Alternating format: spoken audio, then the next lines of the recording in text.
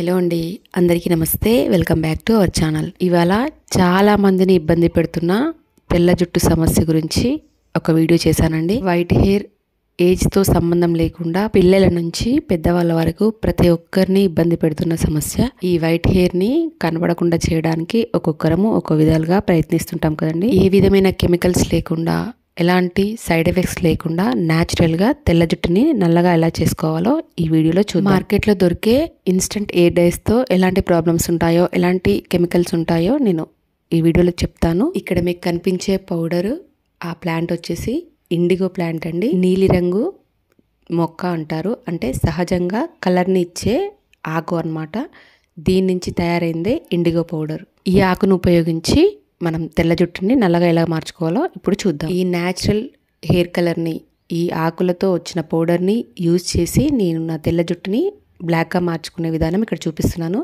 నాకు తెల్ల జుట్టు ఉందండి. ఒక 1 year నుంచి నేను కూడా ఈ తెల్ల juttuతో సఫర్ అవుతున్నాను. ఫ్రంట్లోనే ఉంటుందండి, వెనక సైడ్ అసలు ఏమీ ఉండదు. మనం ఎంత బాగా రెడీ అయినా మనం తలలో కనిపించే ఈ వైట్ హెయిర్ మాత్రం ఖచ్చితంగా డామినేట్ చేస్తుంది.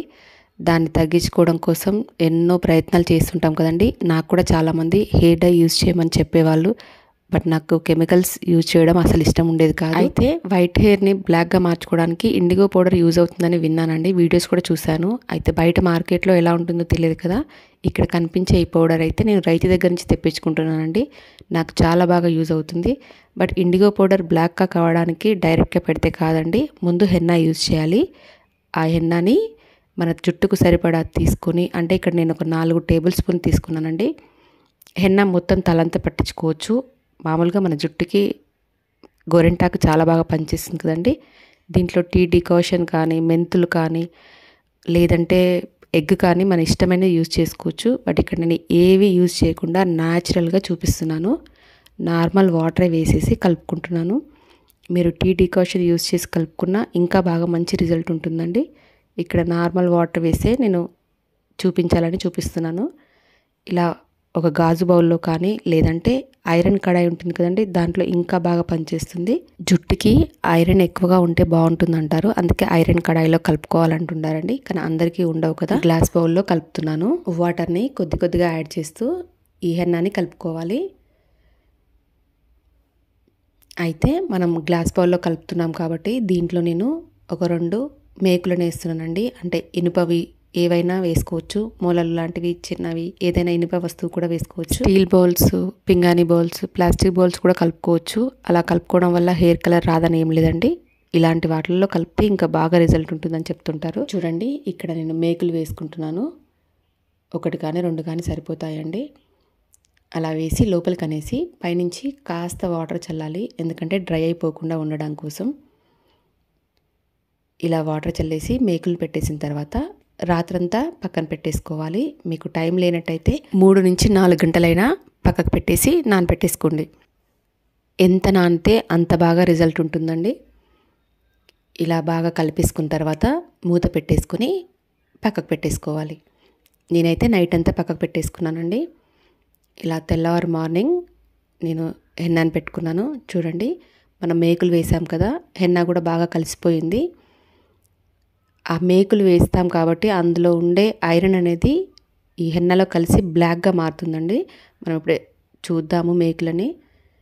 ఆ మూలలు తీసేసి చూస్తే దానికి మొత్తం ఇలా బ్లాక్గా పట్టేసుకొని ఉంటుంది. ఇలా బ్లాక్గా మారడం వల్ల హెన్నా జుట్టుకి చాలా బాగా పట్టి మంచి రిజల్ట్ వస్తుందండి.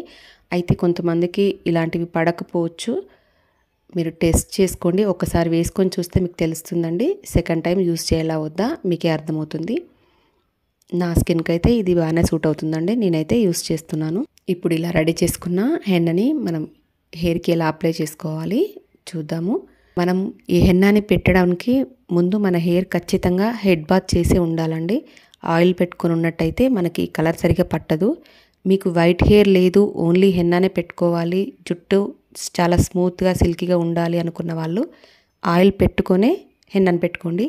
బట్ వైట్ హెయిర్ ఉండి దాన్ని రెడ్గా మార్చాలనుకున్నప్పుడు మాత్రం ఖచ్చితంగా హెడ్ బాత్ చేసిన జుట్టు మాత్రమే ఉండాలి. వైట్ హెయిర్ని బ్లాక్గా మార్చుకోవాలనుకున్న ఎవరైనా తలకి ఆయిల్ పెట్టుకోకుండా, నూనె పెట్టుకోకుండా తలస్నానం చేసి ఈ ప్రాసెస్ని చేసుకోవాలి.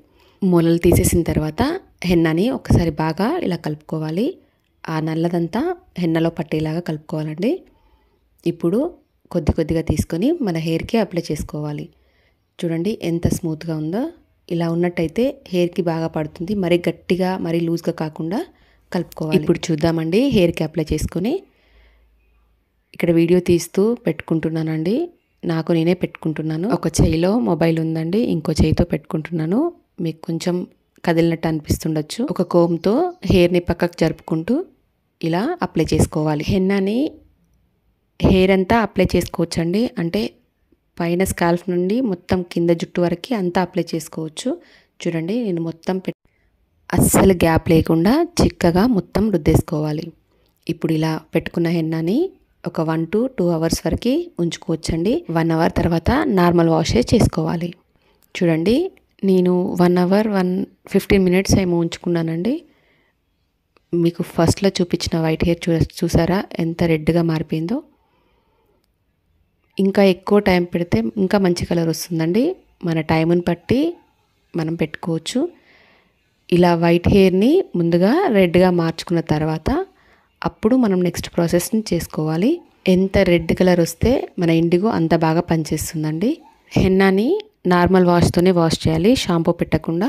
అలా వాష్ చేసిన తర్వాత జుట్టు కొంచెం మారిన తర్వాత మనం ఇండిగో ప్రాసెస్ స్టార్ట్ చేసుకోవచ్చు. ఇక్కడ కనిపించే మొక్కలు ఇండిగో మొక్కలండి, అంటే నీలి ఆకు మొక్కలు. ఇవి సహజంగా న్యాచురల్గా కలర్ని తెప్పించే ఆకు అన్నమాట.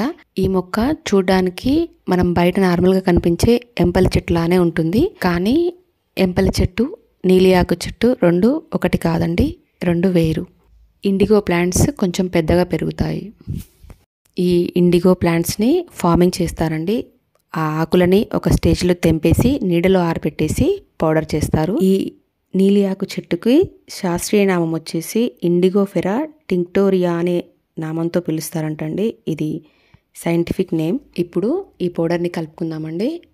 నా జుట్టుకి నేను ఒక 3 నుంచి 4 టీ స్పూన్లు తీసుకున్నానండి. ఇండిగో పౌడర్ మొత్తం హెయిర్ అంతా నేనేం పెట్టానండి, జస్ట్ వైట్ హెయిర్ ఎక్కడుందో అక్కడ వరకే పెట్టుకుంటాను. ఈ పౌడర్ వల్ల జుట్టు పెరుగుతుందని కూడా చాలామంది అంటుంటారండి. కొంచెం షైనీగా కూడా అవుతుంది. ఈ పౌడర్ని నార్మల్ వాటర్తో కలుపుకోకూడదు, కొంచెం గోరువెచ్చగా ఉన్న వాటర్తోనే కలుపుకోవాలి. అలా గోరువెచ్చని నీళ్ళు పోయడం వల్ల ఆకుల్లో ఉండే సహజమైన రంగు ఈజీగా బయటికి వస్తుంది.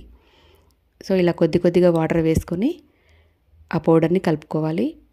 మరీ పల్చగా కలుపుకోకూడదండి, కొంచెం చేతికి పట్టుకుంటే వచ్చేలాగా కలుపుకోవాలి.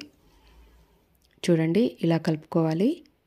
అయితే ఈ ఇండిగో పౌడర్ని కలుపుకున్న వెంటనే మనం హెయిర్కి అప్లై చేసుకోవాలి. హెన్నా పెట్టినట్టుగా పక్కకి అసలు పెట్టుకోకూడదు. అలా పెట్టినట్టయితే గాల్లో ఉండే తేమ తగిలి ఆక్సిడైజ్ అవుతుందంటారు, అంటే బ్లాక్ అవుతుంది. దానివల్ల మన జుట్టుకి హెయిర్ కలర్ అనేది రాదు. మన తలకు పెట్టిన తర్వాత ఆరిపోయి వచ్చే కలర్ మన హెయిర్కి పట్టాలి కాబట్టి దాన్ని వెంటనే మనం హెయిర్కి పెట్టుకోవాలి. ఇక్కడ ఒక గ్లవ్ కానీ లేదంటే ప్లాస్టిక్ కవర్ కానీ హ్యాండ్కి పెట్టుకోండి. ఎందుకంటే మనం చేయితో హెన్నను పెట్టినప్పుడు మన చెయ్యి రెడ్గా అయి ఉంటుంది కదండి, దానివల్ల ఈ ఇండిగో పెట్టినప్పుడు బ్లాక్గా మారుతుంది. తలకంతా ఇండిగోని పట్టించాలి. ఇలా నేనైతే ఫ్రంట్లో ఎక్కువగా పెడుతున్నానండి. నా జుట్టుకి మొత్తం కూడా పెట్టలేదు, నేను జస్ట్ ఫ్రంట్లోనే ఈ ఇండిగోని అప్లై చేశాను. ఇండిగో పెట్టుకున్నప్పటి నుంచి అయితే నాకు హెయిర్ గ్రోత్ అయితే ఉందండి, అది మాత్రం నిజం. జుట్టు కూడా కొంచెం షైనీగా సిల్కీగా ఉంటుంది. బయట దొరికే హెన్నా అండ్ ఇండిగో పౌడర్ నేను యూజ్ చేయనండి, డైరెక్ట్ రైతు నుంచే తెచ్చుకుంటాను. న్యాచురల్ మెథడ్స్లో ఈ పంటను పండించి కరెక్ట్ టైంలో కోసి నీడలో ఆరబెట్టేసి పౌడర్ చేసి ప్యాకింగ్ చేసి పంపిస్తారండి. వాళ్ళు ఎన్నో ఇయర్స్ నుంచి ఇదే ఫీల్డ్లో ఉన్నారండి. డెనిమ్ జీన్స్ ఉంటుంది కదా, దానిలోకి బ్లూ యూజ్ చేస్తాం కదా, ఈ నీలి ఆకు నుంచే యూజ్ చేస్తారంట అండి. నేను కూడా తర్వాత చదివాను, వాళ్ళు కూడా అదే చెప్పారు. చూడండి హెడ్కి అంతా అప్లై చేసుకున్నాను. ఇలా కంప్లీట్గా అప్లై చేసుకున్న తర్వాత షవర్ క్యాప్స్ కంపల్సరీ పెట్టుకోవాలండి, లేదంటే ఏదైనా ఇంట్లో కవర్ అయినా పెట్టుకోవచ్చు. బయట గాలి తగిలిన వెంటనే బ్లాక్ అయిపోతుంది కదండి, అలా బ్లాక్ అవ్వడం వల్ల మన హెయిర్కి సరిగా కలర్ పట్టదు. సో మనం పైనుంచి కవర్ పెట్టినట్టయితే జుట్టుకి బాగా కలర్ పడుతుంది. ఇలా ఒక 1 నుంచి 1.5 hour మీ ఇష్టం అండి, ఉంచుకోవచ్చు. 1 hour అయితే ఖచ్చితంగా ఉంచుకోవాలి. తర్వాత నార్మల్ వాష్ చేసుకోవాలి. చూడండి మీకు ఫస్ట్లో చూపించిన నా వైట్ హెయిర్ అంతా బ్లాక్ అయిపోయింది. నిజంగా పనిచేస్తుందండి. మనం పెట్టుకునే విధానము, మనం యూజ్ చేసే మెథడ్స్ కరెక్ట్గా ఉన్నట్టయితే న్యాచురల్గా మన వైట్ హెయిర్ని బ్లాక్ చేసుకోవచ్చు. ఇండిగో పెట్టిన వెంటనే కూడా షాంపూ చేసుకోకూడదండి. నార్మల్ వాష్ చేసుకొని తర్వాత నెక్స్ట్ డే షాంపూ చేసుకోవచ్చు. చూడండి, నేను ఇక్కడ అరచేయి పైన ముందుగా నేను కలిపెట్టుకున్న హెన్నా పౌడర్ని పెట్టిన తర్వాత అది రెడ్ అయినాక ఇండిగో పౌడర్ అప్లై చేసేటప్పుడు ఈ పెట్టానండి. ఎంత బాగా వచ్చిందో చూడండి హెయిర్ ఎంత బ్లాక్గా షైనీగా నార్మల్ న్యాచురల్ హెయిర్ లానే ఉంటుందండి. మనం బయట ప్రోడక్ట్స్ యూజ్ చేస్తే ఇంత న్యాచురాలిటీ మనకు ఉండదు. తెల్ల జుట్టుని నల్లగా మార్చుకోవడానికి మనం సహజంగా ఈ ఇండిగో పౌడర్ యూజ్ చేస్తే చాలండి, పర్ఫెక్ట్ కలర్ మనకు వస్తుంది. ఎలాంటి సైడ్ ఎఫెక్ట్స్ ఉండవు. దీంట్లో ఏ విధమైన అమోనియా, పీపీడీ అలాంటివి ఏ కెమికల్స్ ఉండవు. ధైర్యంగా ఇలాంటి ప్రోడక్ట్స్ని యూజ్ చేసుకోవచ్చు. బయట మార్కెట్లో హెయిర్ డై కోసం యూజ్ చేసే ప్రోడక్ట్స్ గురించి తెలుసుకుందాము. వాటిలో అమోనియా, పీపీడీ అనే రసాయనాలు ఉంటాయండి. ఈ రసాయనాల వల్ల pigmentation, skin allergies and cancers కూడా వచ్చే అవకాశాలు ఉన్నాయని చాలామంది చెప్తుంటారు. అలాంటివి యూజ్ చేయడం కంటే ఇలా న్యాచురల్గా ఉన్న ప్రోడక్ట్స్ యూజ్ చేయడం బెటర్ కదండి. ఈ ఇండిగో ప్రాసెస్ పెట్టుకోవడం కష్టం అనుకుంటే ఎట్ ఏ టైం ఒకేసారి కూడా పెట్టుకోవచ్చండి. అది తర్వాత ఒక వీడియోలో చూపిస్తాను. బట్ కెమికల్ ప్రోడక్ట్స్ మాత్రం అసలు యూజ్ చేయకండి. ఆ కెమికల్ ప్రోడక్ట్స్తో ఎన్నో సైడ్ ఎఫెక్ట్స్ ఉన్నాయని తెలిసినా కూడా చాలామంది వాడుతుంటారు కదండి. ఒక్కసారి ఆలోచించండి. ఇది నా అభిప్రాయం మాత్రమే అండి, తర్వాత మీ ఇష్టం. అయితే ఇప్పుడు మార్కెట్ ప్రోడక్ట్స్లో 2 కవర్స్ ఇస్తారండి. ఒకటి పీపీడీ, ఇంకొకటి డెవలపర్ అని ఇస్తారు. అది ఆక్సిడైజర్ అని కూడా అంటారు. పీపీడీ కలర్గా మారడానికి ఆక్సిజన్ అవసరం. ఈ ఆక్సిడైజర్తో కలిసి అది కలర్గా మారుతుంది.